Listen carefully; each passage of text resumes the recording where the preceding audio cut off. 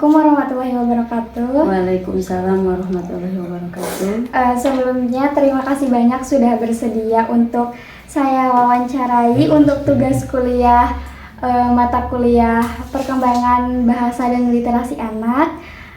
Perkenalkan, saya Sandra Francisca, mahasiswa jurusan Pendidikan Islam Anak Usia Dini Universitas Islam Negeri Sunan Gunung Jati Bandung. Dalam tugas ini saya ingin menggali informasi lebih mendalam terkait kekerasan seksual pada anak dari sudut pandang ibu sebagai seorang orang tua siswa gitu, dari anak usia dini tersebut. Ya, sebelumnya saya memperkenalkan diri dulu. Nama saya Yunita Primawati, saya sebagai orang tua dari siswi anak usia dini. Baik, mungkin langsung aja ke pertanyaan wawancaranya ya Bu. Ya. Pertanyaan yang pertama, bagaimana pandangan Ibu sebagai orang tua mengenai kekerasan seksual terhadap anak usia dini? Ya, pandangan kami sebagai orang tua, kekerasan atau kejahatan seksual itu sangat mengerikan dan kami sangat marah kalau membayangkan hal itu terjadi pada anak-anak. Kekerasan seksual pada anak atau kejahatan seksual pada anak itu adalah kejahatan yang sangat mengerikan ya kalau menurut kami sebagai orang tua. Dan kami sebagai orang tua sangat khawatir dan merasa tidak nyaman dengan adanya Kekerasan. ya, kekerasan pada anak. Kami sebagai orang tua, ada tanggung jawab kami sebagai orang tua adalah melindungi anak-anak kami dari kekerasan dan kejahatan seksual. Jadi tentunya kekerasan seksual ini tuh sangat dikhawatirkan bagi orang tua. Sangat-sangat dikhawatirkan. Baik, lalu bagaimana peran orang tua dalam mengedukasi anak usia dini agar mereka tuh paham terkait kekerasan seksual tersebut? Oh iya, saya selalu mengajarkan kepada anak saya ya, terutama ya kami sebagai orang tua mengajarkan bahwa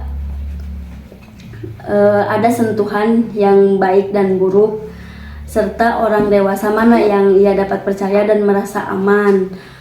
Terus kita membangun komunikasi terbuka dengan anak agar mereka bisa bercerita mereka aman, nyaman atau tidaknya, seperti itu. Berarti berkomunikasi dengan anak sangat penting ya untuk membangun rasa percaya diri anak. Iya, jadi kita mengajarkannya juga anak ke anak bahwa sentuhan yang baik, sentuhan yang buruk itu bisa mereka pahami seperti itu.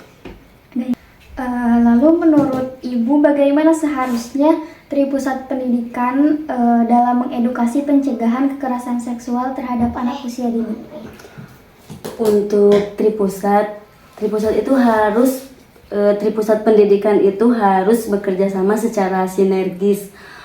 Di sekolah juga bisa memasukkan kurikulum pendidikan seksualitas yang sehat, aman.